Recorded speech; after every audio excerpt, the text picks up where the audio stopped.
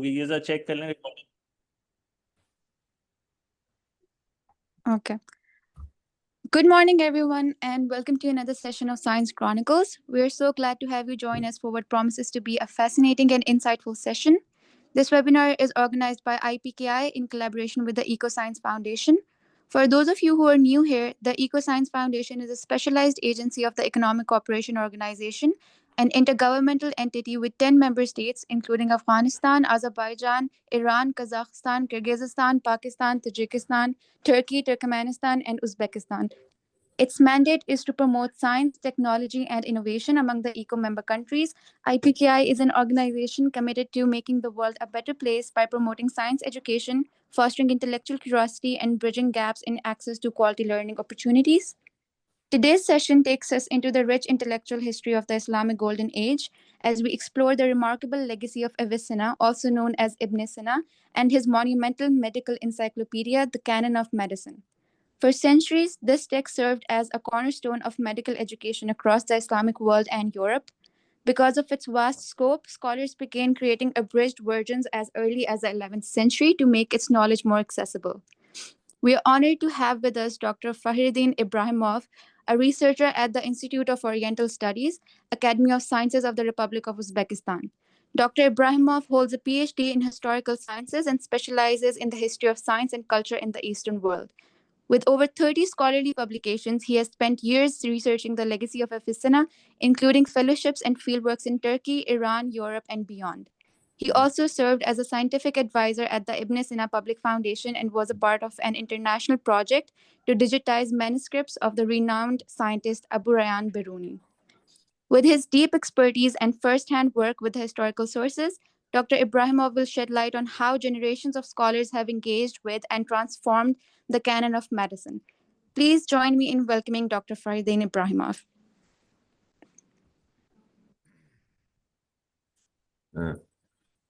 Thank you very much, your introduction about me. And I am very happy to be here and to make some lecture about Ibn Sina.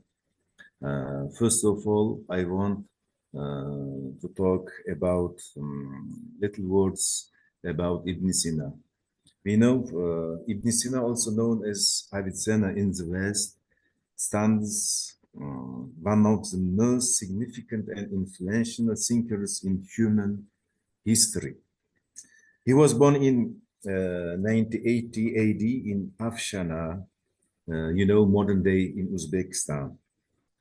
By the age of 10, he had memorized the Quran, and by 16, he was practicing medicine with remarkable proficiency.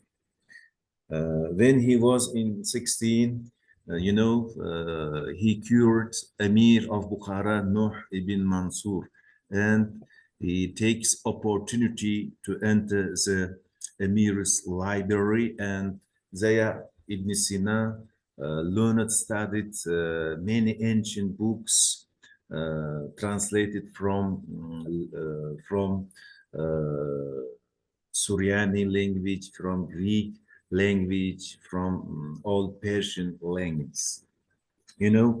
What sets Ibn Sina apart is not just his extraordinary intellect, but his relentless pursuit of knowledge across multiple disciplines: medicine, philosophy, astronomy, mathematics, and more, making him a true polymath. Today we want to talk with you about canon of medicine and its abridgments.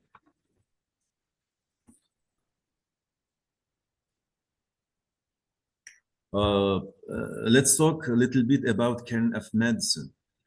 Ibn Sina's canon of medicine stands as an unparalleled monument in the history of medical science. Authorized by the Persian Central Asian polymath Abu Ali ibn Sina Abdullah, known in the West as Avicenna. This 5-volume encyclopedia, completed around 1025, systematically completed the entire of medical knowledge available in his area. It synthesized the medical traditions of ancient Greece, India, and Persia with observations, innovations derived from Islamic scholarship, covering anatomy, pharmacology, pathology, diagnosis, and therapeutic procedures.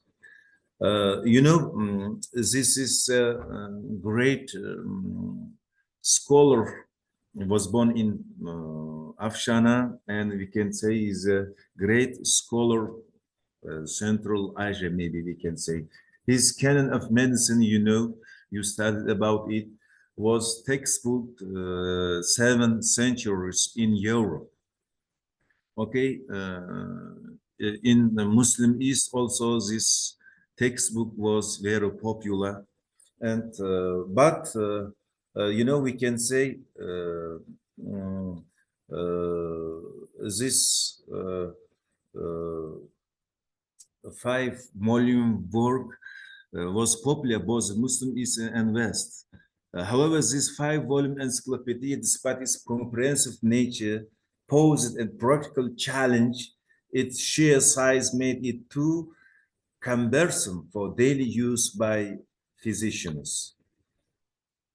We can see some part of Canon of Medicine, the manuscript of this Canon of Medicine. It's shown here is anatomic parts of human body.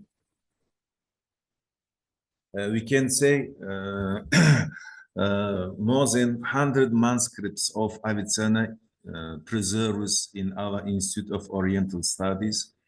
We made a catalog of these manuscripts, and some of them were published. And I can say that our Uzbek scholars 1954, from 1954 till 1960, around five years, our Uzbek scholars translated Canon of Medicine originally from Arabic into Uzbek and Russian. It was a full and first translation in all the world. That's why it's very this work was popular, and after that this book was translated in other languages in Iran and India, in some European countries. I said before that the canon was little bit, it consists of 5 books and little bit larger for practical ways, practical using of this work. That's why the scholars, and we say Hakim and Tabibis, tried to summarize of this book and to make possible to be accessible for daily using of this book.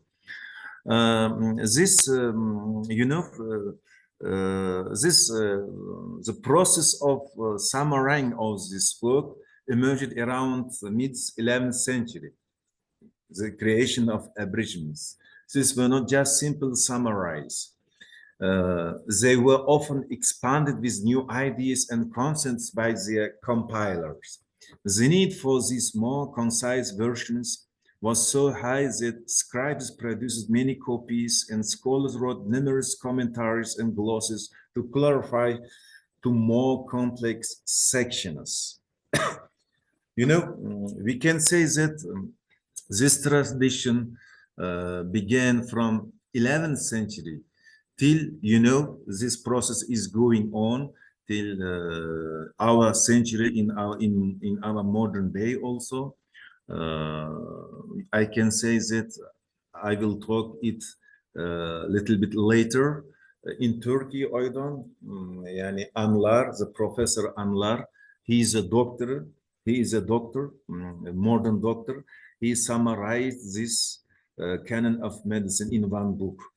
Why he summarized this book? Because the Dr. Anlar explains that the need to canon of medicine in our century. We know the modern medicine is very effective and very modern, but we need some ideas and some recommendations in canon of medicine. You know, Dr. Anlar says that the Ibn Sina legacy and the medicine of Ibn Sina, Avicenna helps to modern medicine, and they can live together and they can harmonize medicine, and it will be very useful for us, for people, for curing people.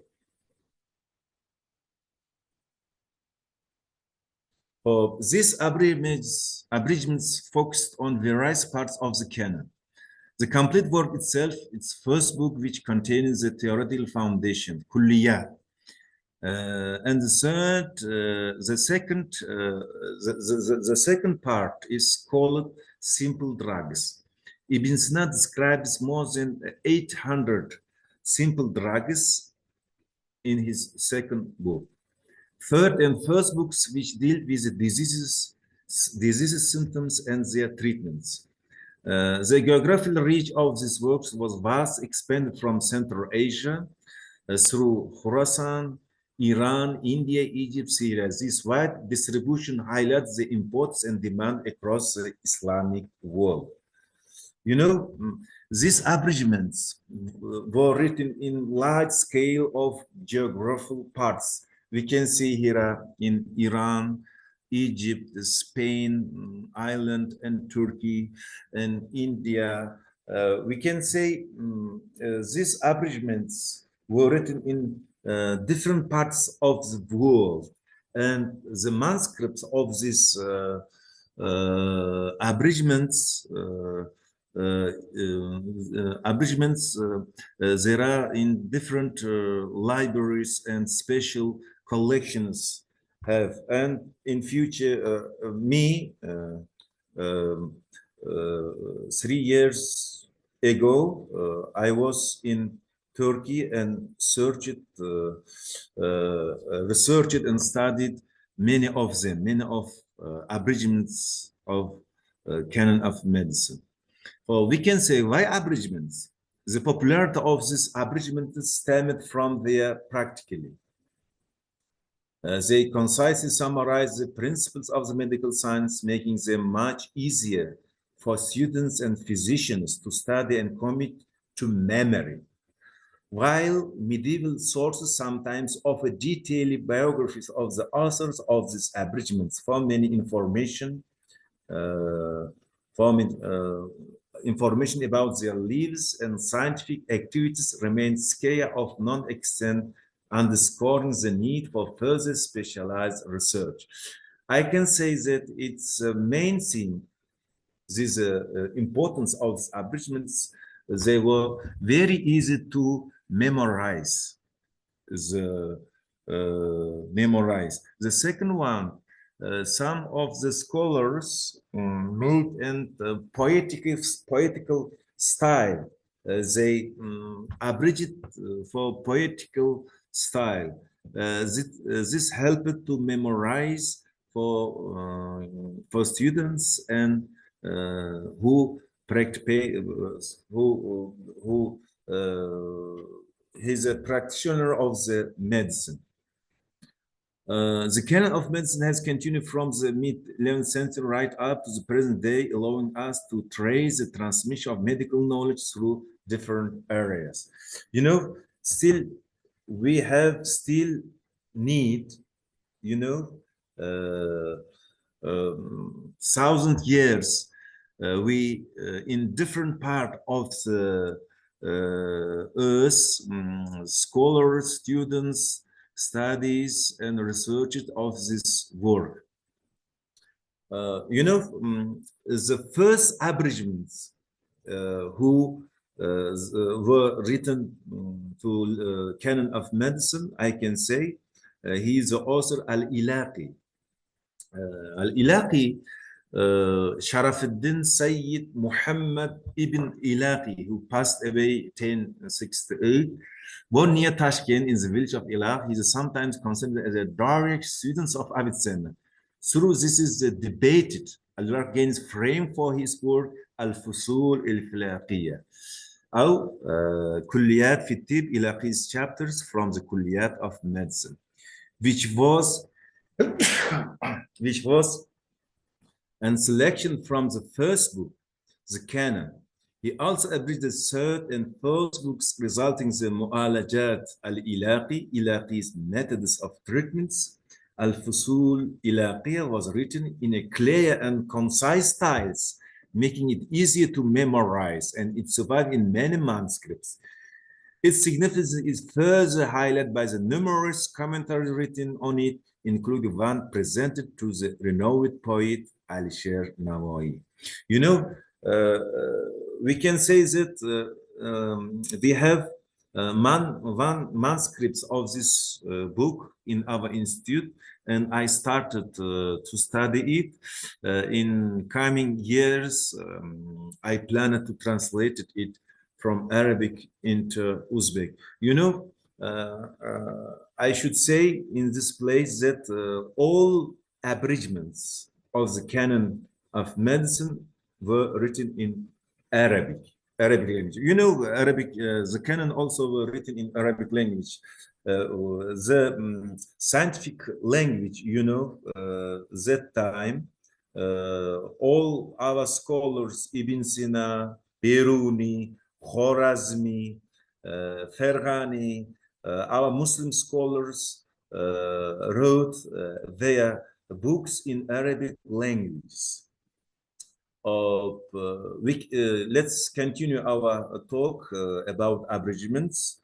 The second one, I can say, the second abridgment of the canon of medicine, Abu Khair ibn Masihi al-Arqaziyun, who his abridgment is this Kitab al-Iqtida, the abridged work from the first book of the canon of medicine.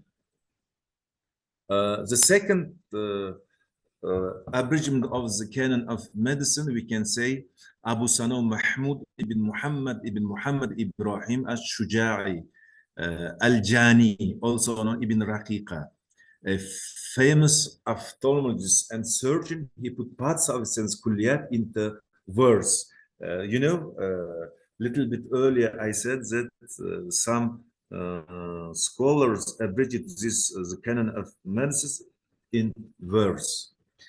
The second one, the next one is Rafiuddin Abu Hamid Abdul Aziz ibn Abdul Wahid al-Jili, a polymath who abridged the first book of the canon into اختصار كليات القانون. يعني if we translate it into English, the abridgment of the first book Al-Qanun. You know, if we look generally in abridgments, many of them were abridgments of the first book of the canon of medicine. Why? The first book of the canon was, we say, kulliyat. That means in theoretical part of the canon. That's why that time the students, and then before became tabib, yani, doctor, they should learn theoretical parts of the canon of medicine. That's why many abridgments were abridged from the first book of the canon of medicine. And we can say the important abridgments, Shamsul Abdullah Muhammad Abdan al-Labudi. He lived in 13th century, and his abridgment is called اختصار كليات القانون. and of copy which is present is National Library of France. You know, it's a very important abridgment. This autograph also in the French National Library, and in future we are trying to get access to this manuscript. It's autograph, as I said. The next one is the next scientist who abridged the canon of medicine is Ibn-e-Nafis. His famous is, history of medicine for discovering the pulmonary circulation. Ibn Nafis played a crucial role in popularizing Avicenna's legacy, introducing his works as textbooks in the madrasa across the Muslim East. You know, in these days, I am preparing of this abridgment of the Canon, Mujaz al-Qanun. His abridgment is called Mujaz al-Qanun, abridgment of the Canon. I translated it from Arabic into Uzbek language. I hope at the end of this year, it will be published in Uzbek language in Uzbekistan here. This work was realized in our institute, Al-Biruni Institute of Oriental Studies. You know, these abridgments, I can say that was popular than other abridgments across centuries, across of years.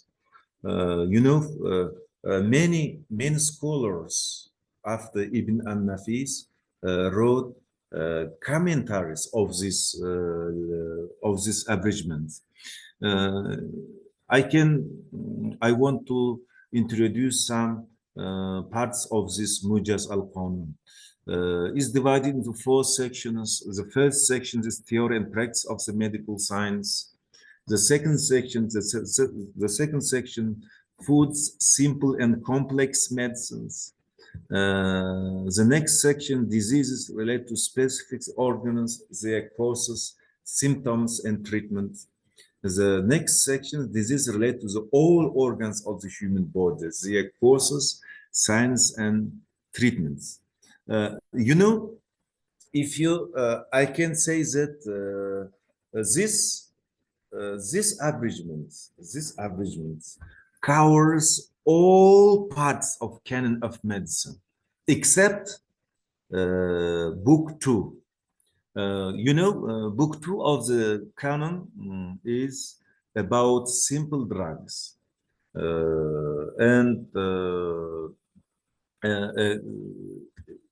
Book 2 and Avicenna, Ibn Nafis summarized this book, and anatomical part of this book, anatomical parts, there is anatomical part of canon of medicine. Ibn al-Nafis wrote commentary separately of this book. Anatomy of the canon of very interesting. That's why Ibn Nafis wrote a special commentary of this book.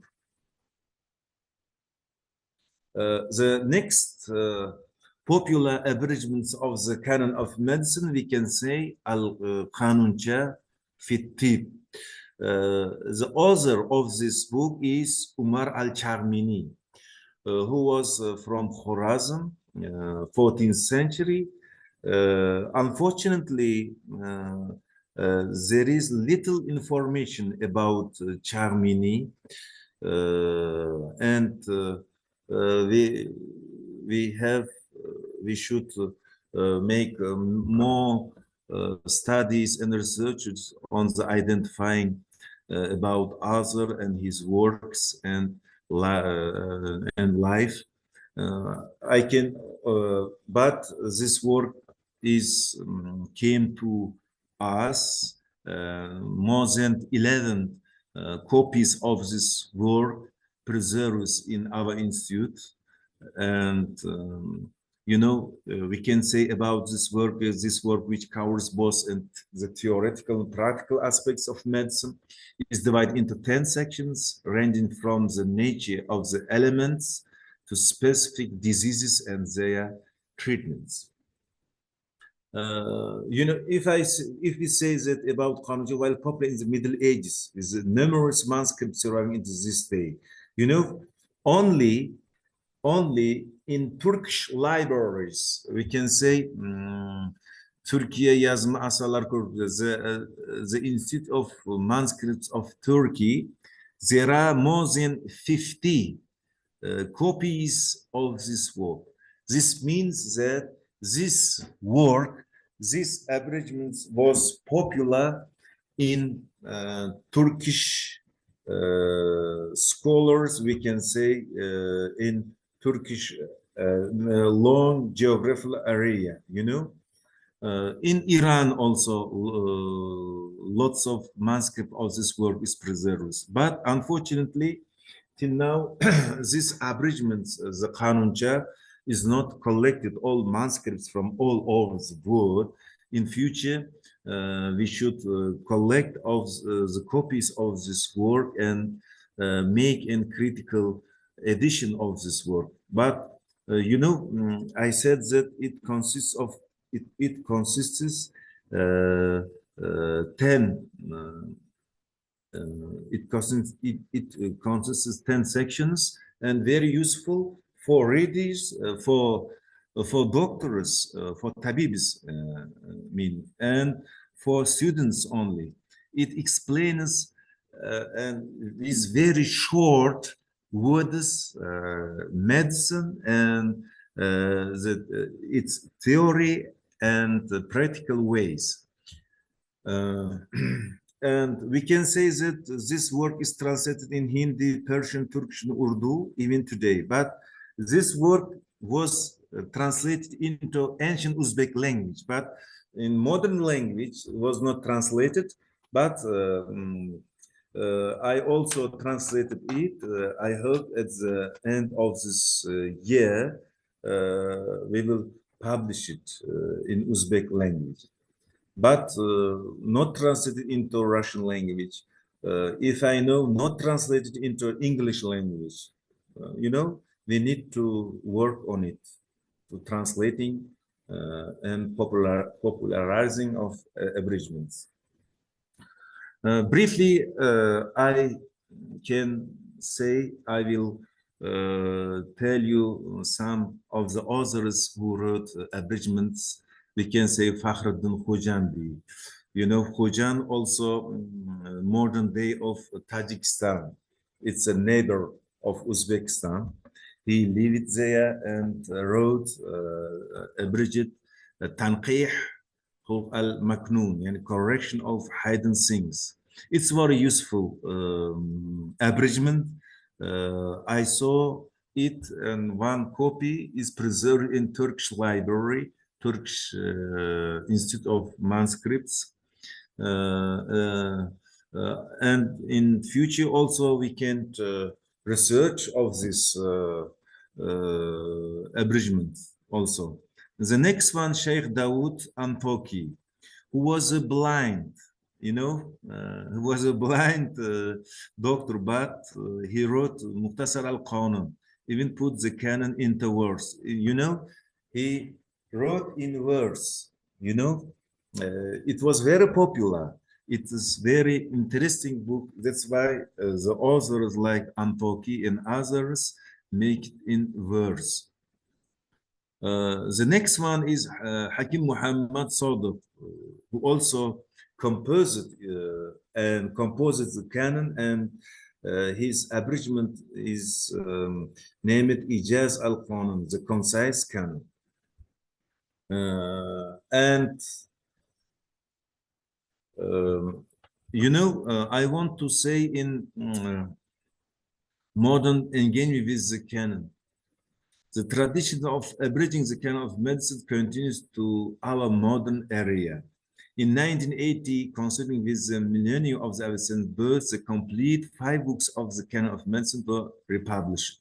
You know, I told before that the full parts of the canon of medicine were translated by Uzbek scholars in the first time in the history from Arabic, from original Arabic into Uzbek and Russian languages.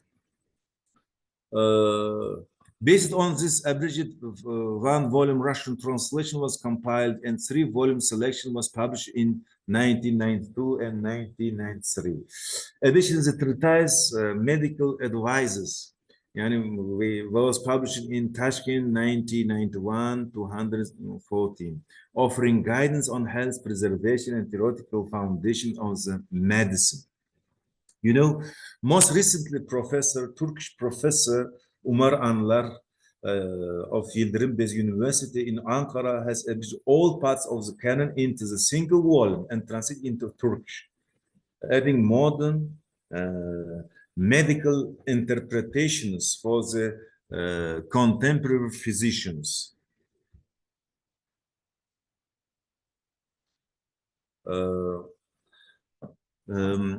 Why Anlar abridged of this canon? I explained it you in our days, in modern days. Also, we need some. We need for Canon and Avicenna his views and some of medical recepts. Even only modern doctors receives and. Therefore, the book was abridged by modern scholars in Turkish by Turkish scholars Anlar. And recently, I talked with Nahyan Fancy, an English researcher. He works in England. He said that the abridgments of Mujaz al-Qanin ibn Nafis. I spoke about it above.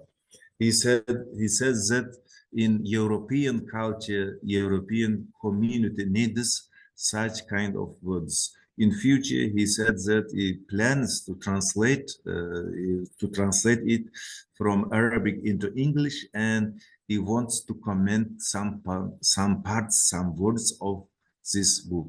You know, our interest continues. Canon of medicine were written thousands ago, but in our days also we need canon of medicine. But in conclusion, I can say the proliferation of the abridgment of Avicenna canon medicine, the widespread copying and the geographical dissemination clearly demonstrate the immense importance placed on these works throughout history. The canon was studied not only in its original form, but also through these various abridgments written by different physicians, works like Al-Fusul Ilaqiya, Mujaz al-Qan, and Qanunja. Success preserves the core content of the canon, making it widely accessible to physicians and readers alike. The sheer number of these three abridgments and the corresponding commentaries underscores the profound interest in utilities they offer to the medical community for centuries. You know,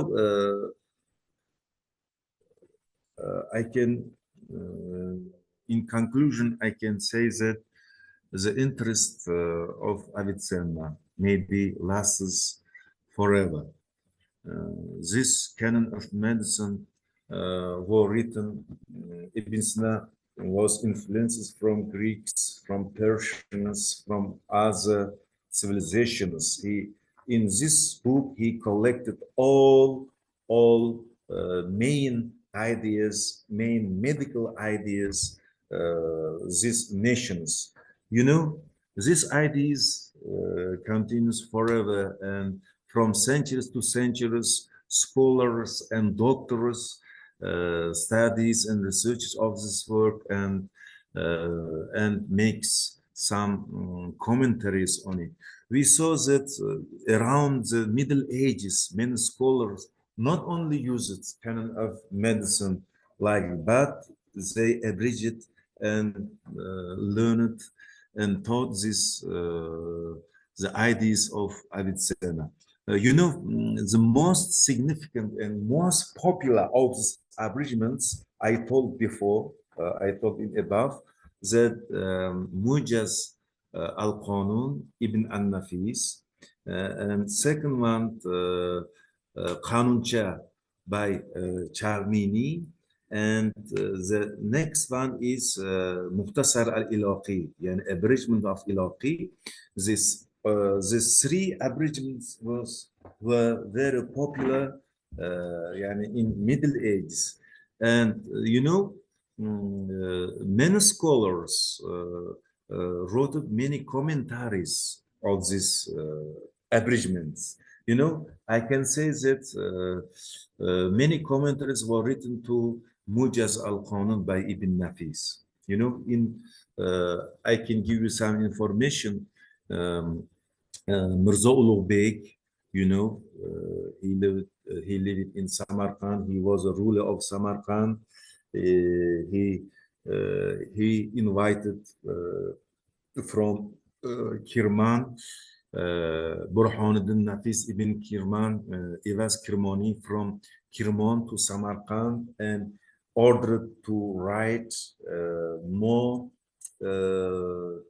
interesting, more writing a commentary on this Mujaz al-Qanun. Kirmani wrote a commentary of this book, and many copies of this commentary is spread in lots of libraries of the world. They have also many copies of this commentary. We are studying our team in our team studies some young scholars studies of this commentary. These commentaries was very popular not only among the doctors and students, but were popular very in emirs and sultans and rulers. When I visited Turkey, Sultan Mehmet, who was interested in this maybe canon of medicine, his abridgment of Ibn Nafis, and we can say of these special seals, stamps on this manuscript of these abridgments. They put these stamps for lasting these abridgments to next generation. In conclusion, I can say that the legacy of Avicenna is very important for us, and we should continue our researches about legacy of Ibn Sina, and especially in medicine. In medicine, also very interesting. We need the canon of medicine. In future, we hope that many young students and scholars pays more attention of Ibn Sina legacy. Thank you very much. If you have some questions, we can continue our debate and our discussions. Thank you very much. Thank you, Professor Fakhriddin. It was a very interesting talk, and your slides were also very well designed. So I would now request the participants that they can ask any question either by unmuting themselves, or they can type a question in chat.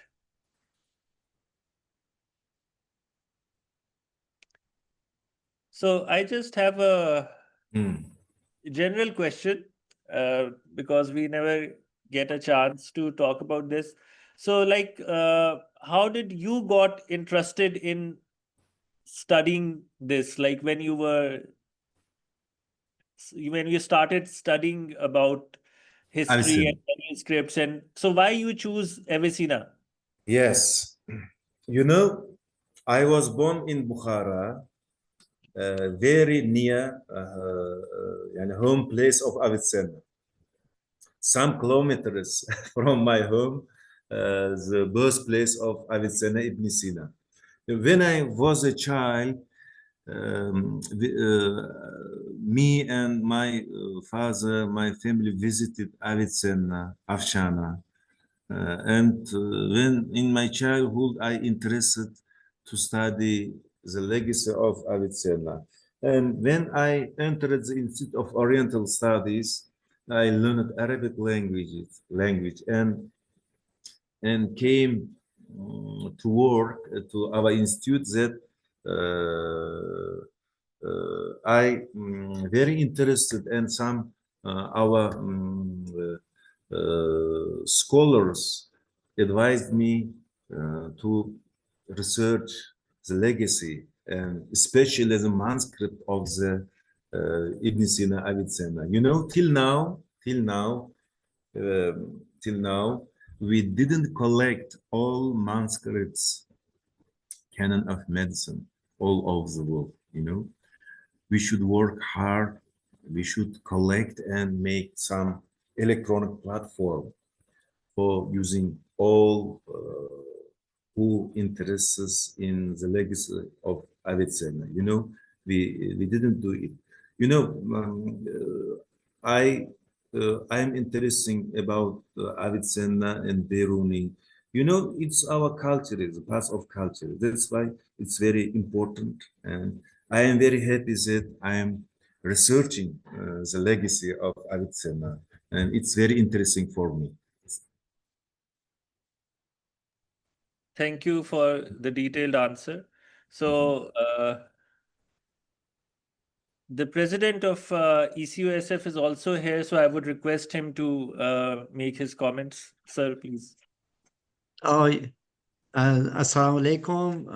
Good morning to Professor Fakhriddin. Thank you very much for your very interesting presenting, as well as thanks to Mr. Imran Parviz Khan. Of course, the legacy and the subject of Ibn Sina or Abi Sina, we call in Iran Ibn Sina, Abu Ali Sina. You know that you're familiar with this. So this, you know, is so popular to our region countries, and you know, in Iran, Abu Ali Sina is so famous, you know, for his books, especially for Ganon and for Shifa, as you know, and this is the, you know, the main resources. There are the main resources of medicine, actually, and in Europe, in some around the world, they use you know, still faculties using as the resource, the main resource. My question is that, Professor, you said, oh, okay, I'm interested in Abyssinia and Abyssinia legacy, and of course, it is, you know, it is your actually commitment to, you know, to promote the legacy of Abyssinia. And but you mentioned just you learn Arabic in this respect, of course. Ganun and Shefa just have been, you know, interpreted, you know, translated to Persian and used. Why you are not, you know, learning Persian in this respect? That's one question. And you know, it is so popular. We call it Abyssinians, of course, you know, an Iranian scientist in this respect. And the second comment, this is a comment. I think we still need to promote, to you know, have propaganda of Abyssinia, you know, legacy, especially for the new generation. As you mentioned, at the school, you learn about, you know, Abyssinia, the history of Abyssinia, the legacy of Abyssinia. I also did it. I also was engaged with, you know, my education at the school, at the high school especially. But when we come to the, you know, new generation, the next just new generation, especially since Z generation. This is,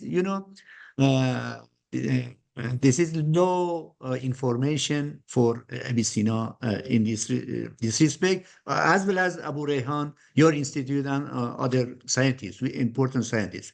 So I would like to have your comments. Thank you. Thank you very much for your very interesting presentation, and we hope to continue this very important with more Mr. Khan, Imran Parizan, maybe more participants. This time the participants are so few, right?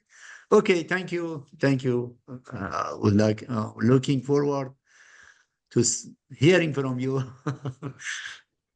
تشکر زیاد استاد. Oh. من خیلی ممنون هستم که از جان شما خیلی سخنان شیرین انگیز به من گفتید. انشالله که در آینده انشالله زبان فارسی هم من یاد بگیرم انشالله.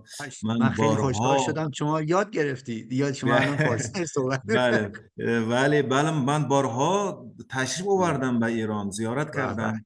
یعنی you know, I can continue in English. Okay. You know, I'm very happy that you, you know, Persian language also very interesting. It is done. Yes, I believe you're not. But Avicenna wrote 2 books in Persian language. Right. 2 books. Yes. کتاب دانشنامه کتاب دانش and رساله رگشناسی. And as we know, 2 books Avicenna wrote in Persian language, but some Persian poems also he wrote. Yes, you know. Yes. Right. But when visited Iran, lots of organizations there, searching centers in Iran, in Tehran, in Hamadan also. There is, we have the university and the name of Abu al-Sina in Hamadan. Yes, Abu al-Sina, and in Hamadan also the mausoleum of Avicenna. This special fund. Late, I visited him.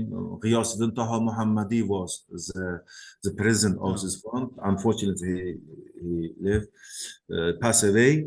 But we know Persian language and some sources. We know, Anwar, scholar Anwar, his name Anwar. He worked 20 years studying, researching of the Shifa of Avicenna. I know about it. And the first critical edition of Canon of Medicine produced by Najafullah Habibi, the Persian language. Najafullah Habibi, I know him personally. I know him he's personally. so familiar, so popular in Iran, and an academic member. Yes. He's still alive. Yes. I brought this translation, but Malik Shahi, the scholar Malik Shahi, he translated Isharat wa Tanbihat, the book of Avicenna, into Persian language and commented some comments. It's very popular, this book. We know Persian culture, Persian scholars. We have contact with them. We visited many times, and many times scholars from Iran visited us. We have good relations and connections with scholars in Iran. I hope in future we will improve our relations. Yes. And Professor Fakhriddin, I would like to, very much to have a visit, inshallah, as I'm now in Islamabad. A visit of Samarkand and Bukhara. Samarkand and Bukhara is target places for our Iranians, very highly places. Okay, right. Target place, I know, but many scholars, many people also even in Europe want to come to Samarkand to see sightseeing of Samarkand. When you come to Samarkand, you can see an historical places, and you can enjoy by history. Right, right. Very useful. You know, Samarkand and Bukhara is like Lahore for us, is like Gonia for us, is like Shiraz for us, is like Tus Shiraz, for us. okay. Okay. Yeah, right. Yes, in future also, I visit one time Shiraz, one time Isfahan, I visit, but in future I want also to visit Islamabad. Inshallah, inshallah. Yeah, inshallah. The second question is about propaganda. No, we have some special Avicenna public foundation. He holds conferences, international conferences. In this conference, lots of scholars came, participated, and came. You know, we are preparing to hold international conference in October. In maybe I don't know. In maybe in Tashkent, in Bukhara. You know, we must improve our researches and popularizing among young our young generations and translating it more easily language. I believe this strongly. Yeah, I believe definitely. I believe this. Right. We already started. We already started. I told you I translated Mujaz al-Qanun from Arabic into Uzbek, and Qanuncha also by Charmini translated into Uzbek. But we want to some parts. Little parts, make some little books and to introduce our generations in schools and even in institutes to make more popular our ancestors, the legacy of ancestors. It's very useful, you know. If we hold, if you know our history, the history makes us more clever, more يعني more يعني intelligent people, you know, intelligent people. It helps us. Thank you very much for your Thank you. useful explanation. Yes, floor to you, belongs to you, Mr. Imran. Yes, it was a very good discussion, and yes, I think this is what we need to do, that we need to popularize these ideas to the younger generation, so that inshallah in future we will have more participants and more younger participants, so that the young generation is also familiar with our great personalities of history. So I think we had a very good discussion, so we can end it here if there aren't any questions in the chat. So but inshallah, Professor Fakhruddin, we will continue on with you, and inshallah, you know, we'll inshallah in future make it happen that you visit Islamabad also. Thank you. So all right. So thank you very much. Bilal Sahab can stop the recording, and so let's end it.